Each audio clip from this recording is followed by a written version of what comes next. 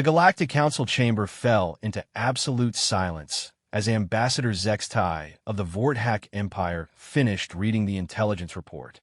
The massive crystalline structure that housed the galaxy's most powerful civilizations had never experienced such quiet.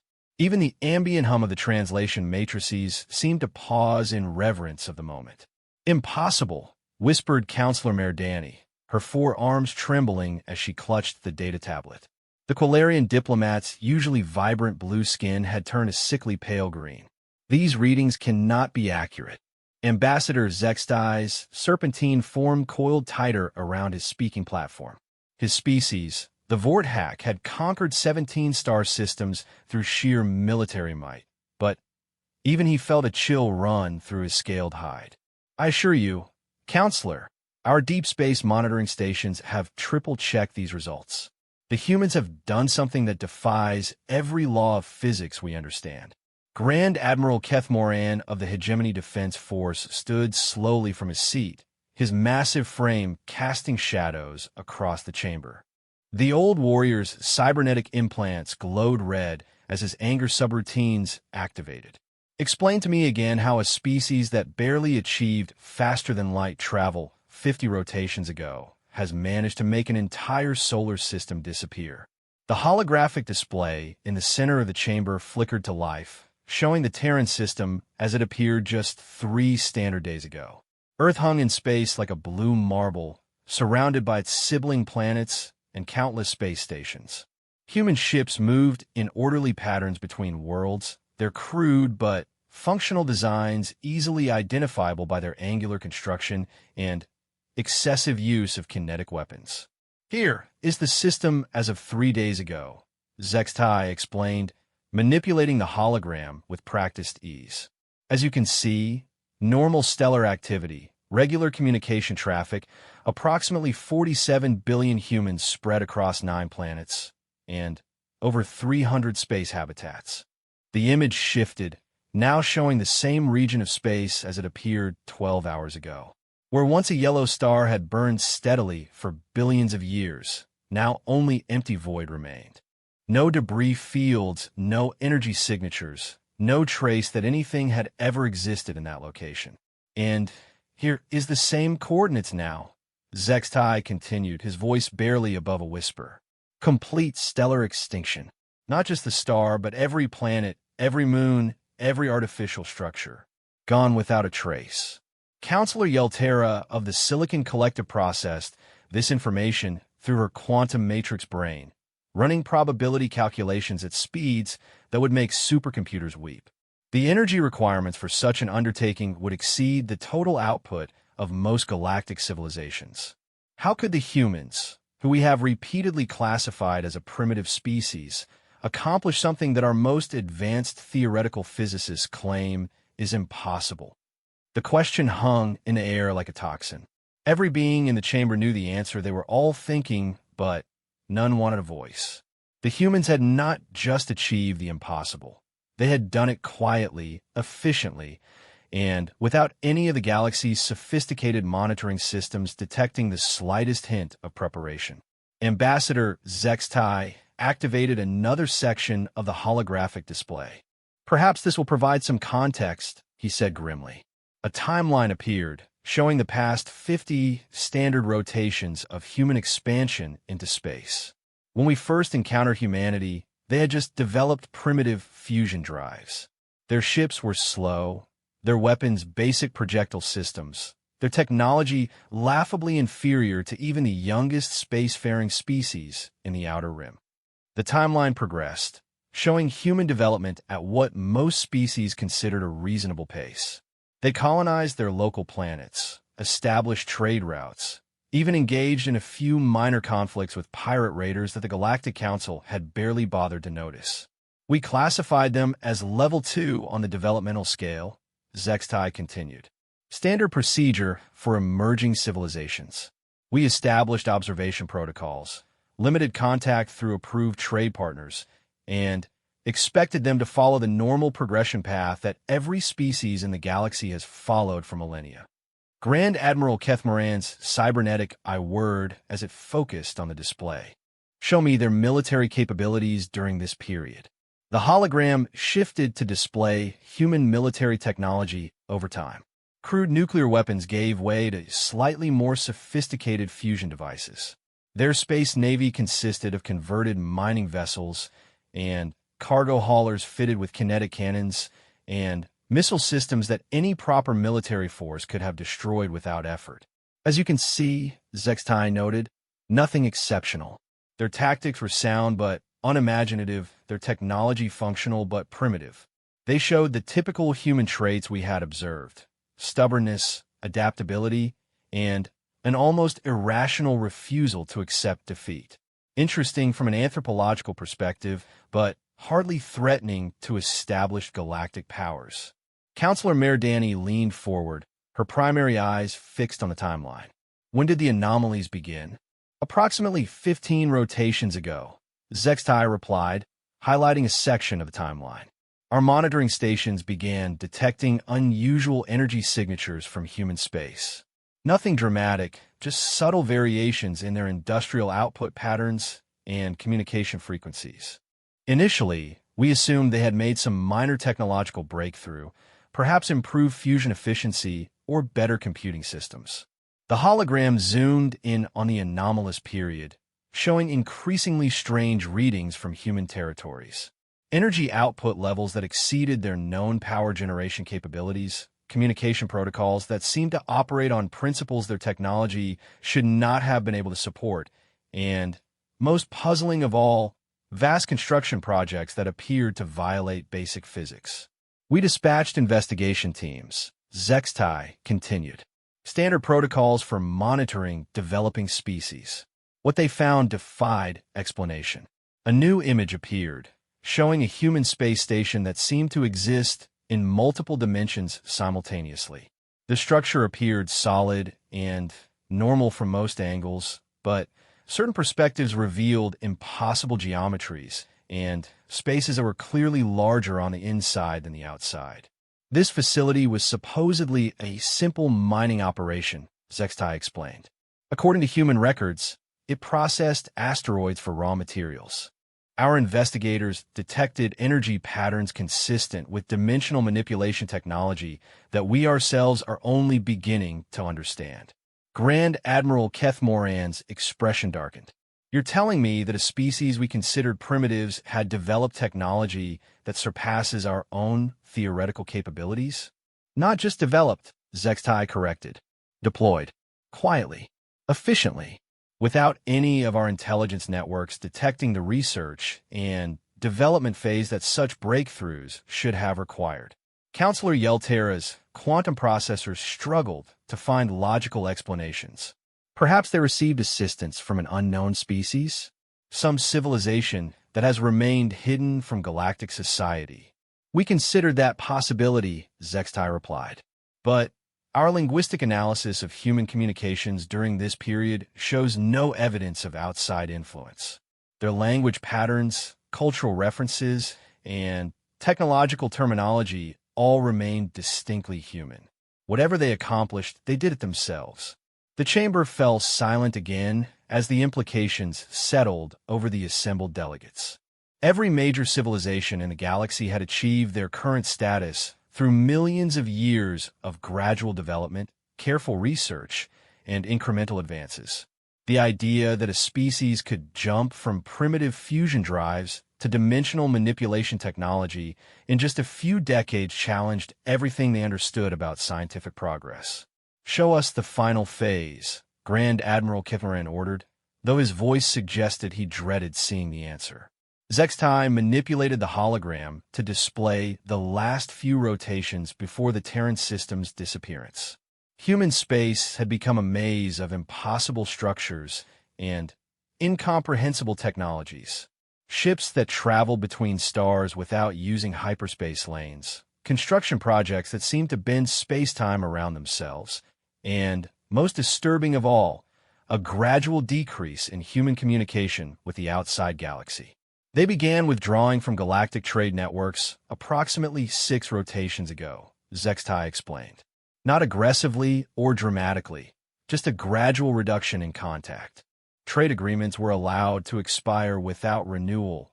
Diplomatic meetings were politely declined, and their representatives to the Galactic Council stopped attending sessions. Councilor Mayor Danny checked her records. I remember wondering about their absence, but assumed they were dealing with some internal political situation. Many emerging species go through isolationist phases. We all assumed the same thing, Zextai agreed. It fit the standard pattern of species development. What we failed to recognize was that they were not isolating themselves for political reasons. They were preparing for something we never could have imagined. The hologram now showed the human territories as they appeared just before the disappearance. Every planet in their space had been surrounded by massive construction projects that defied easy description. Structures that seemed to exist partially outside normal space-time. Energy fields that bent light around entire worlds, and, most ominously, a gradual dimming of their star that had been attributed to increased stellar energy collection. Our final intelligence report before the disappearance noted that human space had become effectively impenetrable to our monitoring systems. Zextai continued. Not through active jamming or defensive measures, but because the very nature of space-time in their region had been altered to make conventional observation impossible. Grand Admiral Kethmoran stood and began pacing, his heavy footsteps echoing through the chamber. And then? Then, nothing, Zextai replied simply. Between one moment and the next, the entire Terran system simply ceased to exist. Not destroyed, not relocated, not hidden. Gone, as if it had never been there at all. The holographic display showed the empty region of space where Earth's sun had burned for billions of years. Long-range sensors detected nothing. No residual energy signatures, no gravitational anomalies, no trace that a star system had ever occupied that location. Our theoretical physicists are calling it impossible, Zextai continued. The amount of energy required to move or destroy an entire star system would leave detectable traces for thousands of years. The gravitational effects alone should have disrupted neighboring systems. But, according to our instruments, it is as if the Terran system never existed. Counselor Yelterra's processors struggled with the implications. Could they have moved their entire system to another location? Some form of ultra-advanced transportation technology. We have checked every known region of the galaxy, Zextai replied. No new star systems have appeared, no gravitational anomalies that might indicate a relocated stellar body. If they moved their system, they took it somewhere beyond our ability to detect. The chamber fell into contemplative silence as each delegate processed the information according to their species' particular thought patterns. The Vorthack focused on the military implications of such power. The Quilarians worried about the philosophical ramifications of a species transcending known physical laws. The Silicon Collective calculated probabilities and found them all unsatisfactory. Finally, Grand Admiral Kethmoran spoke the question that everyone was thinking, but no one wanted a voice. What does this mean for the rest of us? Zextai's serpentine form coiled even tighter as he prepared to deliver the most disturbing part of his report. That brings us to the final piece of intelligence that prompted this emergency session. A new section of the holographic display activated, showing communication intercepts from across the galaxy. Dozens of species, from the powerful hegemony worlds to tiny frontier colonies, all reporting the same phenomenon. In the 12 hours since the Terran system's disappearance, Zextai explained, we have received reports from every corner of the galaxy. Ships traveling through previously safe hyperspace routes are detecting massive gravitational distortions. Not dangerous ones, but impossibly precise ones that seem designed to send a message. The hologram displayed a three-dimensional map of the galaxy, with thousands of small markers indicating reported gravitational anomalies. At first glance, they appeared random, but as the view shifted to show the pattern from different angles, a terrifying truth became apparent. The gravitational distortions, when viewed from the proper perspective, formed letters in standard galactic script. A message written across the entire galaxy using precision gravitational manipulation that that demonstrated mastery of forces that even the most advanced civilizations barely understood. The message was simple, written in perfect galactic standard language, visible to anyone with the technology to detect gravitational fields. We are leaving. Do not follow. Do not seek us. What comes next is for humanity alone. The chamber remained silent for long minutes as the assembled delegates absorbed the full implications of what they were seeing. The humans had not just achieved impossible technology. They had used it to write a farewell message across the entire galaxy using methods that demonstrated their complete mastery over the fundamental forces of reality. The precision required for this, Counselor Yelena whispered, her quantum processors struggling to calculate the computational power necessary for such a feat. They would need to manipulate gravitational fields with accuracy measured in fractions of subatomic particles, coordinated across galactic distances, time to the nanosecond. Grand Admiral Kethmoran's cybernetic implants glowed brighter as his tactical analysis systems attempted to process the military implications of such capabilities. A species that could manipulate gravity with such precision could reshape entire star systems as easily as rearranging furniture. They could create weapons that operated on scales that made traditional military thinking obsolete. There is one more thing, Zextai said quietly, activating the final section of his presentation. Analysis of the gravitational distortions indicates they are not static messages. They are degrading at a precise rate calculated to ensure the message remains visible for exactly one standard galactic year before fading completely. The implications were clear. The humans wanted their message to be seen and understood, but they had no intention of maintaining a permanent presence in the galaxy they were leaving behind. They were giving everyone exactly 1 year to process the fact that humanity had transcended everything the galaxy thought it understood about technological limitations. Ambassador Zextai coiled his form into a formal presentation pose. Honored delegates, we are faced with a situation that has no precedent in galactic history. A species has achieved technological capabilities that surpass our understanding and used those capabilities to simply leave. They have not threatened us. They have not demanded tribute or territory. They have not attempted to establish dominance over galactic civilization. He paused, letting the weight of his words settle over the chamber. They have simply evolved beyond us and politely informed us that they are moving on to whatever comes next for them. The question we must now answer is what this means for the rest of galactic civilization, and what we should do with the knowledge that somewhere in the universe, humanity is undertaking projects that would appear as magic to even our most advanced minds. The session continued for many hours, but no one in that chamber would ever forget the moment they realized that the galaxy's youngest species had become its most powerful and had chosen to use that power not for conquest or domination, but for a destiny that lay beyond anything the established galactic order could imagine. 3 months after the Galactic Council's emergency session, the universe had become a very different place. The initial shock of humanity's disappearance had given way to something far more unsettling. The gradual realization that the humans had left behind more than just empty space and gravitational messages.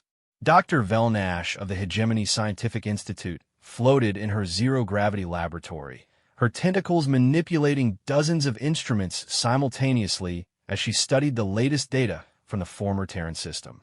What they had discovered there defied every assumption about how reality operated.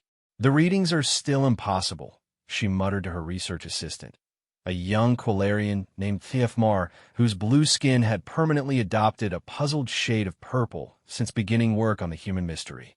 According to our instruments, that region of space has properties that should not exist. Theofmar's 4 arms gestured helplessly as he reviewed the data streams. Professor, I have run the calculations 17 times using different theoretical frameworks. The space where Earth's sun once burned shows gravitational signatures that suggest the presence of mass equivalent to a small galaxy. Yet our visual sensors detect nothing but empty void. Dr. Velnash extended several of her sensory tentacles toward the holographic display showing the mysterious region. The data was contradictory in ways that hurt to contemplate. Gravitational lensing effects indicated massive, unseen structures, but electromagnetic spectrum analysis showed absolutely nothing. Space-time curvature measurements suggested the presence of exotic matter configurations, but no known detection method could identify what might be causing such effects. It is as if they left behind a shadow, she mused. Not of light, but of reality itself. Something that influences the fundamental structure of space-time without actually existing in any way we can measure. The laboratory's communication system activated with the distinctive chime that indicated priority messages from Hegemony Command. Admiral Keth Moran's scarred face appeared on the main display, his cybernetic implants glowing with barely contained frustration. "Dr. Velnash," he growled, "I need answers. My fleet commanders are reporting increasingly strange phenomena throughout the galaxy, and every one of them seems connected to whatever the humans did before they disappeared." Dr. Velnash oriented herself to face the display properly. "Admiral, I am afraid the situation is far more complex than we initially understood. The humans did not simply leave. They appear to have fundamentally altered the structure of local reality before their departure."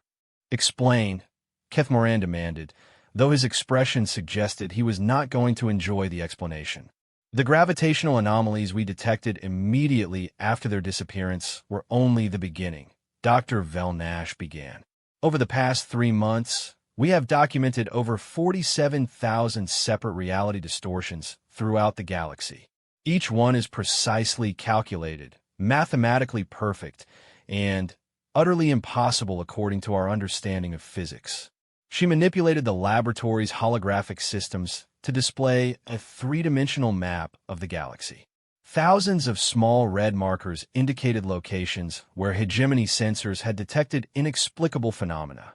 "These distortions appear to be connected in ways that suggest a single, galaxy-spanning project," she continued. "Whatever the humans accomplished, it was not limited to their own star system. They somehow modified the fundamental properties of space-time across the entire galactic disk." Admiral Keth Moran's expression darkened as he studied the pattern of anomalies. His military mind immediately recognized the strategic implications of a species capable of manipulating reality on such a scale. "Are these distortions dangerous?" he asked, though his tone suggested he already suspected the answer. "That is where the situation becomes truly disturbing," Dr. Velnash replied. "The distortions are not harmful in any conventional sense. In fact, they appear to be improvements. Hyperspace travel through affected regions is significantly more efficient. Gravitational stresses on ships and space stations have been reduced. Even stellar formation in nearby regions has been optimized for longer, more stable life cycles." TFMar looked up from his data analysis station, his skin now shifting between purple and a worried shade of orange. "Professor, the latest reports from the Outer Rim surveys have arrived. The anomalies extend beyond our galaxy." Dr. Velnash felt a chill run through her nervous system. "Show me." The holographic display expanded to show neighboring galaxies, each one marked with similar patterns of reality distortions. The scope of whatever the humans had accomplished was not galactic, but universal. "By the void," Admiral Keth Moran whispered. "They modified the entire local galactic cluster?" "It appears so," Dr. Velnash confirmed, her scientific mind struggling to process the implications. "The energy requirements for such an undertaking exceed the total output of every star in the observable universe by factors that require new mathematical notations to express." The communication system chimed again, this time with an emergency signal from the Galactic Council chambers. Ambassador Zextai's serpentine form appeared alongside Admiral Keth Moran's image. "Dr. Velnash," the Vorthak diplomat said urgently, "we need your expertise immediately. The Council is an emergency session. Something new has happened." "What kind of new development?" Dr. Velnash asked, though she was beginning to dread any information connected to the human situation. "We have received a message," Zextai replied. "Not through gravitational manipulation this time. Something far more direct." Dr. Velnash quickly gathered her most critical data files and transported to the council chambers, where she found the galaxy's most powerful beings in a state of barely controlled panic. The massive crystalline structure was filled with agitated delegates from dozens of species, all talking at once in languages that the translation matrices struggled to keep synchronized. "Order!" Grand Counselor Hexvathi called, her ancient voice carrying the authority of millennia. The eternal speaker's crystalline form resonated with harmonic frequencies that compelled attention from every nervous system in the chamber. "Dr. Velnash, please take the central platform. The Council requires your analysis of recent developments." Dr. Velnash positioned herself at the chamber's focal point, where her tentacles could interface directly with the Council's information systems. As she connected to the data networks, what she found there made her question her own sanity. "Honored delegates," she began, her voice carefully controlled despite her inner turmoil. "The situation has evolved beyond anything we have previously encountered. The humans have initiated direct communication." The chamber fell silent with the particular quality of attention that comes from beings who have already had their understanding of reality challenged multiple times and are bracing for another impossible revelation. The message arrived simultaneously at every major communication hub throughout the galaxy exactly 4 hours ago. Dr. Velnash continued. "It did not use hyperspace relays, quantum entanglement networks, or any known transmission method. Instead, it simply appeared on every screen, in every computer system, in every artificial intelligence matrix, all at the same moment."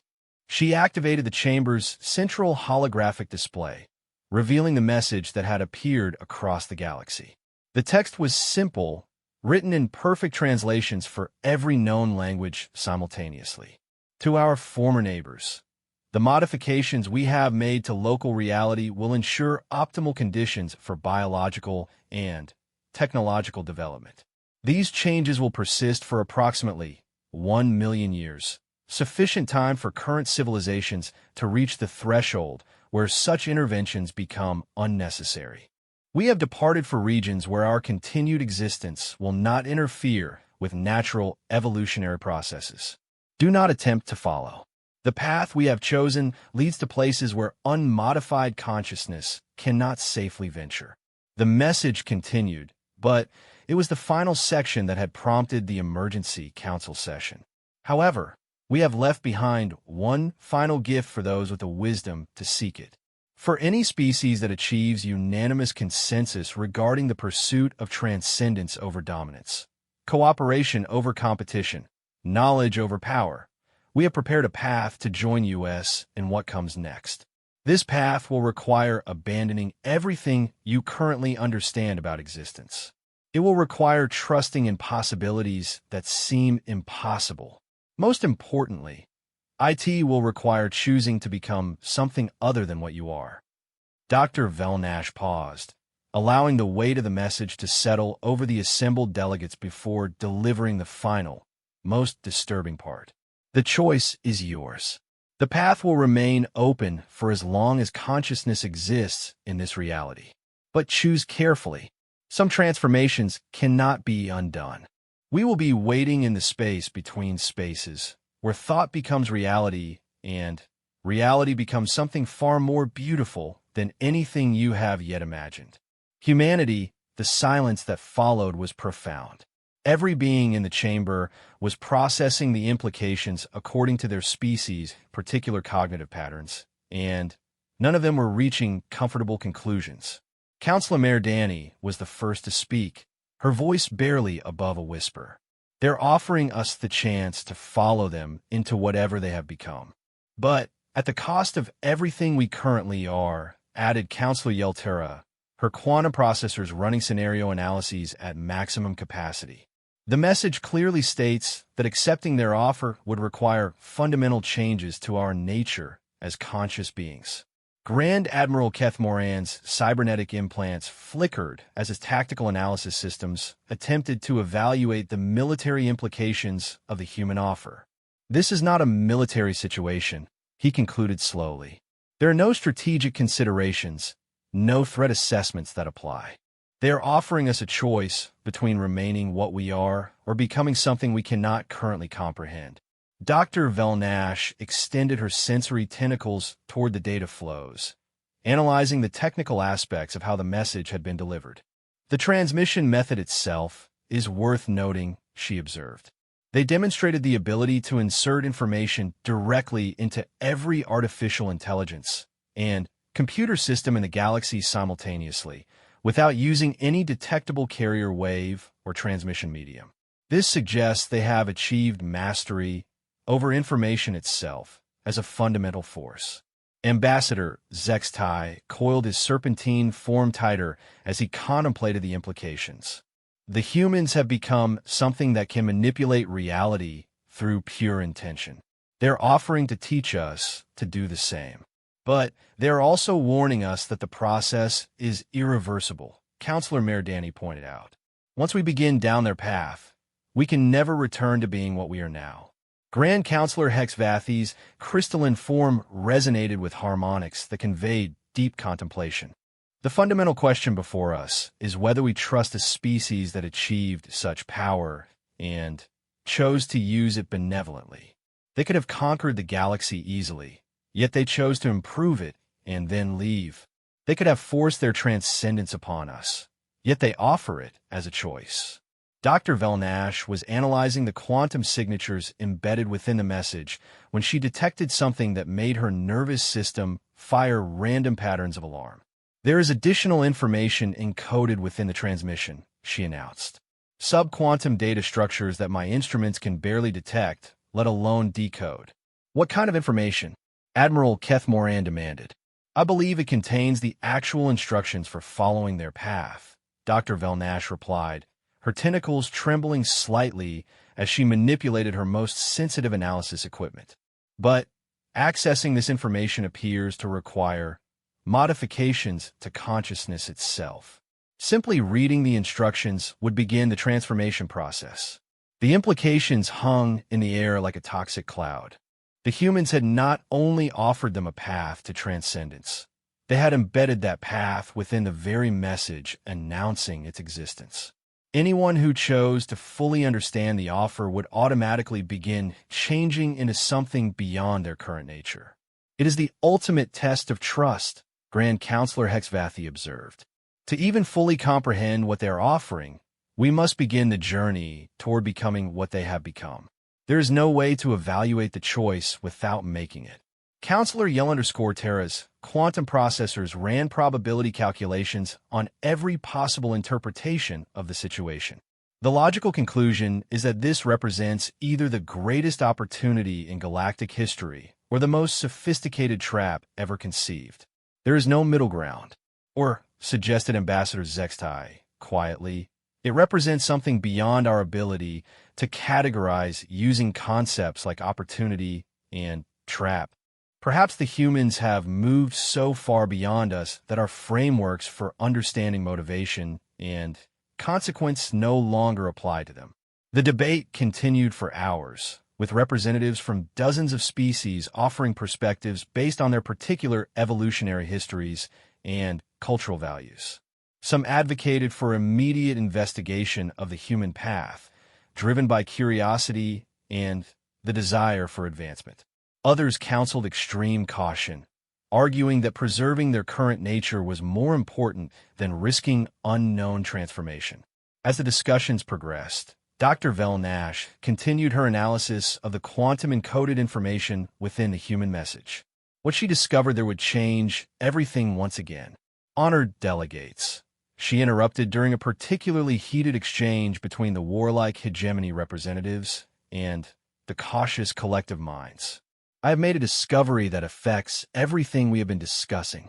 The chamber fell silent as all attention focused on the scientist whose expertise had become their only window into understanding the human mystery.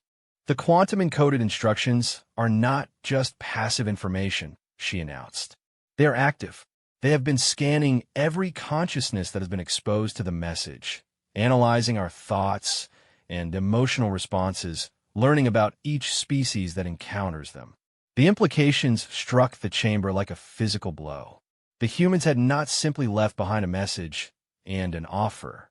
They had created an intelligence that was actively studying every being that read their words, gathering information about galactic civilization even after their departure.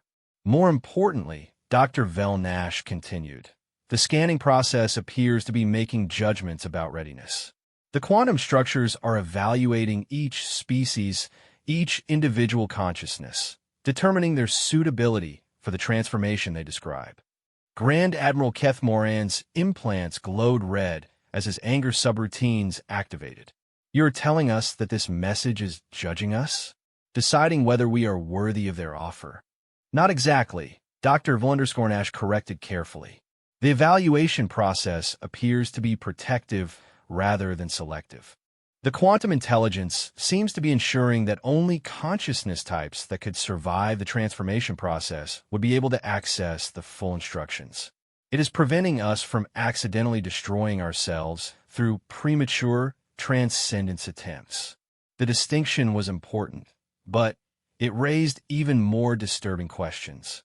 The humans had achieved such mastery over consciousness itself that they could create protective intelligences capable of evaluating the readiness of entire species for fundamental transformation. As the implications of this discovery settled over the assembled delegates, one question dominated every mind in the chamber. If humanity had become capable of such precise manipulation of consciousness and reality, what exactly were they doing in the space between spaces where they now resided? The answer to that question would prove to be far more extraordinary than anyone in the galaxy could have imagined. 6 months had passed since the discovery of the quantum intelligence embedded within humanity's farewell message, and the galaxy had begun to change in ways that no one could have predicted. The human modifications to local reality had indeed improved conditions for all known species, but these improvements came with an unexpected side effect that was transforming galactic civilization from within. Dr. Vel Nash floated in her expanded laboratory, now staffed by researchers from 17 different species, all working together on the greatest scientific collaboration in galactic history. The human message had somehow catalyzed unprecedented cooperation between civilizations that had barely tolerated each other for millennia. The unity effect is accelerating, reported Dr. Korthmadon, a Silicon Collective researcher whose crystalline matrix mind interfaced directly with the laboratory's quantum analysis systems. Species that have been in conflict for generations are now forming research partnerships. Ancient territorial disputes are being resolved through negotiation rather than warfare. It is as if the human message has activated dormant cooperative instincts across all known consciousness types. TFMAR, now bearing the deep blue skin coloration that marked a Quilarian as a senior researcher despite his youth, looked up from his analysis station. Professor Vel Nash, the pattern is becoming clearer. The quantum intelligence has been subtly influencing decision-making processes throughout the galaxy, not controlling them, but optimizing them for cooperative outcomes. Dr. Vel Nash extended multiple tentacles to examine the latest data. What they were discovering about the human message was even more sophisticated than they had initially imagined. The quantum intelligence was not just evaluating readiness for transcendence. It was actively guiding galactic civilization toward the kind of unified consciousness that would make such transcendence possible. "Show me the latest cooperation indices," she requested. The laboratory's holographic display activated, showing statistical analyses of interspecies cooperation over the past 6 months. The numbers were staggering. Trade disputes were down 93%. Military conflicts had decreased by 87%. Joint scientific ventures had increased by over 400%. The most remarkable aspect, Dr. Korthmadon noted, is that none of the affected beings are aware of being influenced. The cooperative behaviors feel entirely natural to them, as if they are simply making more rational decisions than before. Dr. Velnash studied the data streams, her scientific mind both fascinated and disturbed by the implications. The humans have created a form of consciousness modification that operates below the threshold of awareness. They are reshaping the fundamental decision-making processes of entire civilizations without anyone realizing it is happening. Professor, Tiefmar interrupted urgently. I am receiving a priority communication from the Galactic Council. Grand Counselor Hexvathy is requesting immediate attendance for an emergency session. Dr. Velnash gathered her research files and transported to the council chambers, where she found a scene unlike any in galactic history. The massive crystalline structure was filled with delegates from hundreds of species, many of whom had never before participated in galactic governance. Traditional enemies sat side by side, working together on complex problems with an efficiency that should have been impossible. Grand Counselor Hexvathy's crystalline form resonated with harmonics that conveyed both wonder and concern. Dr. Velnash, we require your expertise on an unprecedented development. The quantum intelligence has begun responding to our collective research efforts. Dr. Velnash positioned herself at the central platform, interfacing with the Council's information systems as she had done many times before. But this time, something was different. The data networks felt alive in a way that sent shivers through her nervous system. The quantum intelligence has evolved, she announced after completing her analysis. It is no longer simply scanning and evaluating consciousness. It has begun actively communicating with our research efforts, providing guidance and correction when our understanding approaches critical thresholds.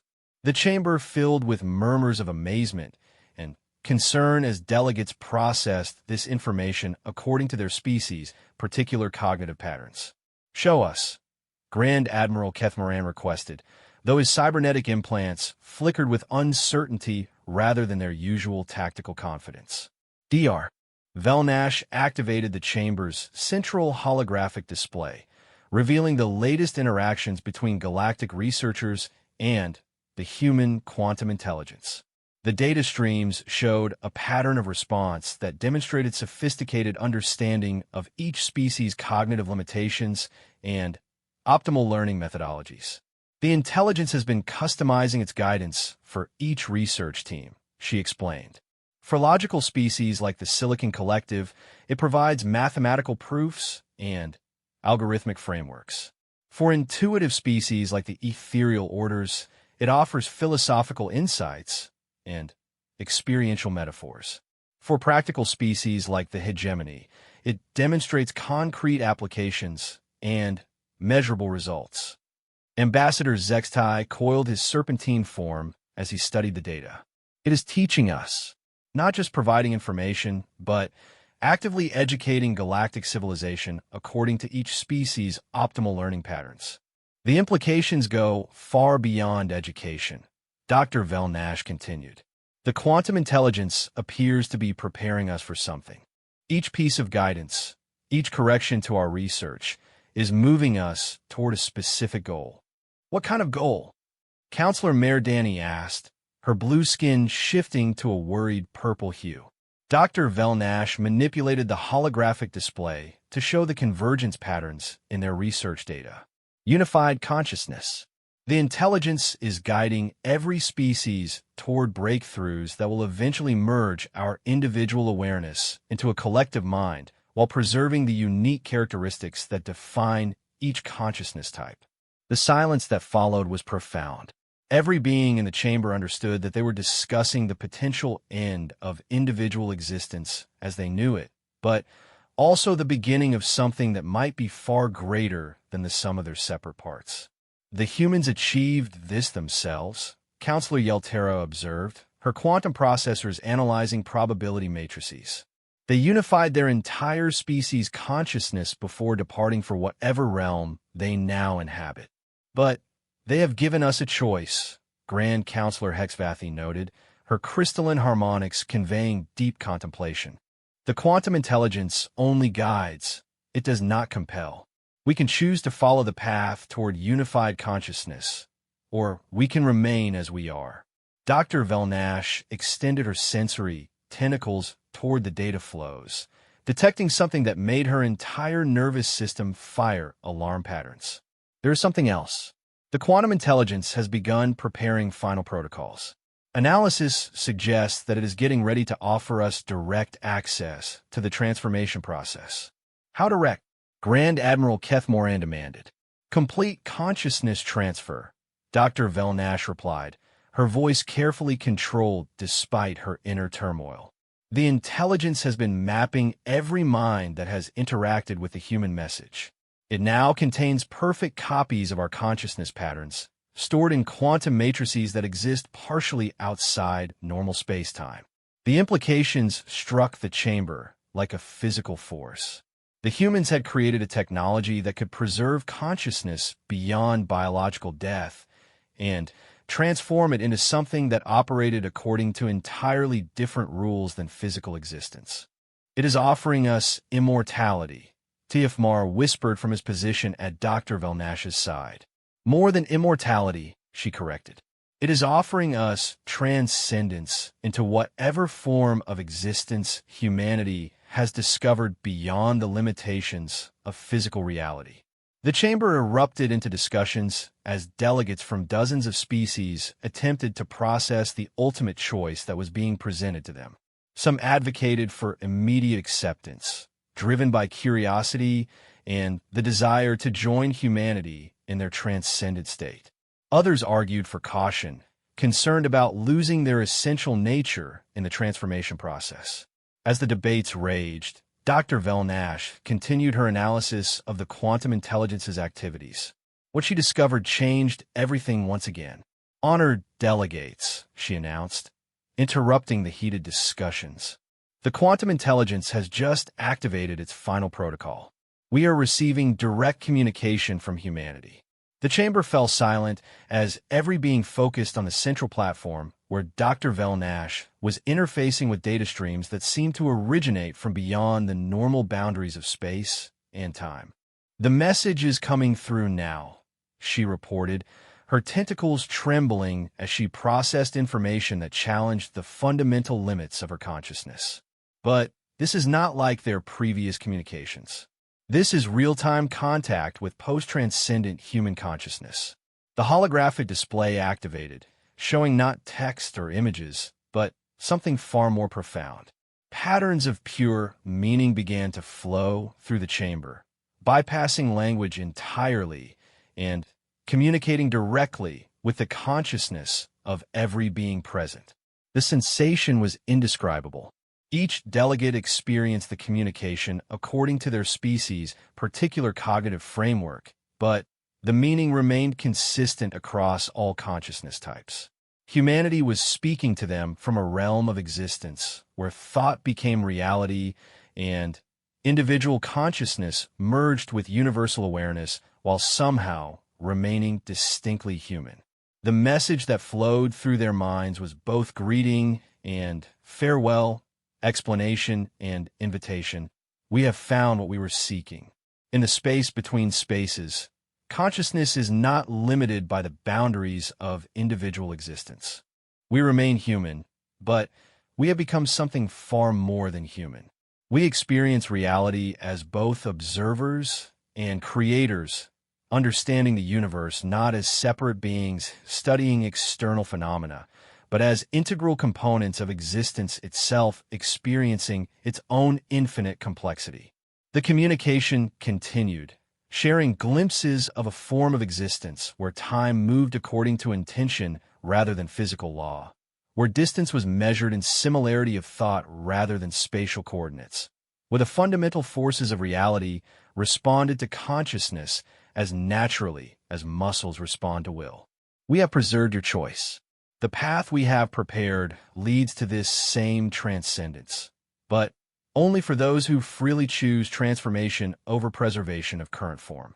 The quantum intelligence we left behind will guide any who choose this path, ensuring that your essential nature survives the transition while expanding into dimensions of awareness you cannot currently imagine.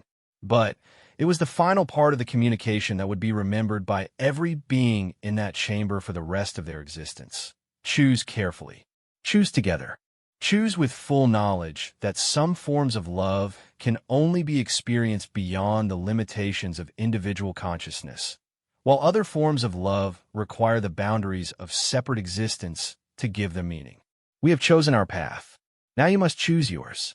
Whatever you decide, you will always carry our respect for the courage required to face such a choice. The communication faded, leaving the chamber in absolute silence as hundreds of the galaxy's most powerful beings processed what they had just experienced. They had been offered the chance to join humanity in a form of existence that transcended every limitation they had ever known, but accepting that offer would require abandoning everything that currently defined them as individuals and as separate species. Grand Counselor Hexvathi's crystalline form resonated with harmonics that conveyed the weight of ultimate decision. The quantum intelligence indicates that we have one galactic standard year to reach consensus. If we choose transcendence, the transformation will occur simultaneously for all consciousness that accepts it. If we choose to remain as we are, the human modifications to our reality will continue to support optimal development conditions, but the path to join them will close permanently. The debates that followed would continue for months, spreading from the Galactic Council to every world, every species, every individual consciousness in the galaxy. Some advocated for the transcendent path, inspired by the glimpses of unlimited awareness that humanity had shared. Others argued for preserving their current existence, valuing the unique perspectives that came from individual consciousness. But as the debates progressed, something remarkable began to happen. The discussions themselves were bringing the galaxy together in ways that had never been achieved before. Species that had been enemies for millennia were finding common ground in their shared struggle with the ultimate question of existence. The process of choosing was unifying galactic civilization even more powerfully than the human modifications had already accomplished. Dr. Vel Nash spent her days analyzing the quantum intelligence's activities, but she spent her nights in deep philosophical discussions with colleagues from across the galaxy. The human gift was not just the offer of transcendence. It was the opportunity to discover what they truly valued about their current existence through the process of deciding whether to preserve or transform it. As the year progressed, it became clear that the galaxy was approaching consensus, but not the kind that anyone had expected. The choice was not between transcendence and preservation, but between different forms of transcendence that honored both the desire for expanded awareness and the value of individual perspective. The solution, when it finally emerged, would prove to be as elegant as it was unexpected, and it would establish the foundation for a form of galactic civilization that honored both the human path toward unified consciousness and the irreplaceable value of diverse, individual awareness that made the universe's experience of itself infinitely richer. In the end, humanity's greatest gift to the galaxy was not the offer of transcendence, but the demonstration that ultimate power could be wielded with perfect wisdom, and that the most profound love sometimes manifested as the courage to let others choose their own path toward whatever form of existence would allow them to flourish most fully. The cosmos itself seemed to hold its breath as the galaxy prepared to make its choice, knowing that whatever decision emerged would echo through the universe for eons to come.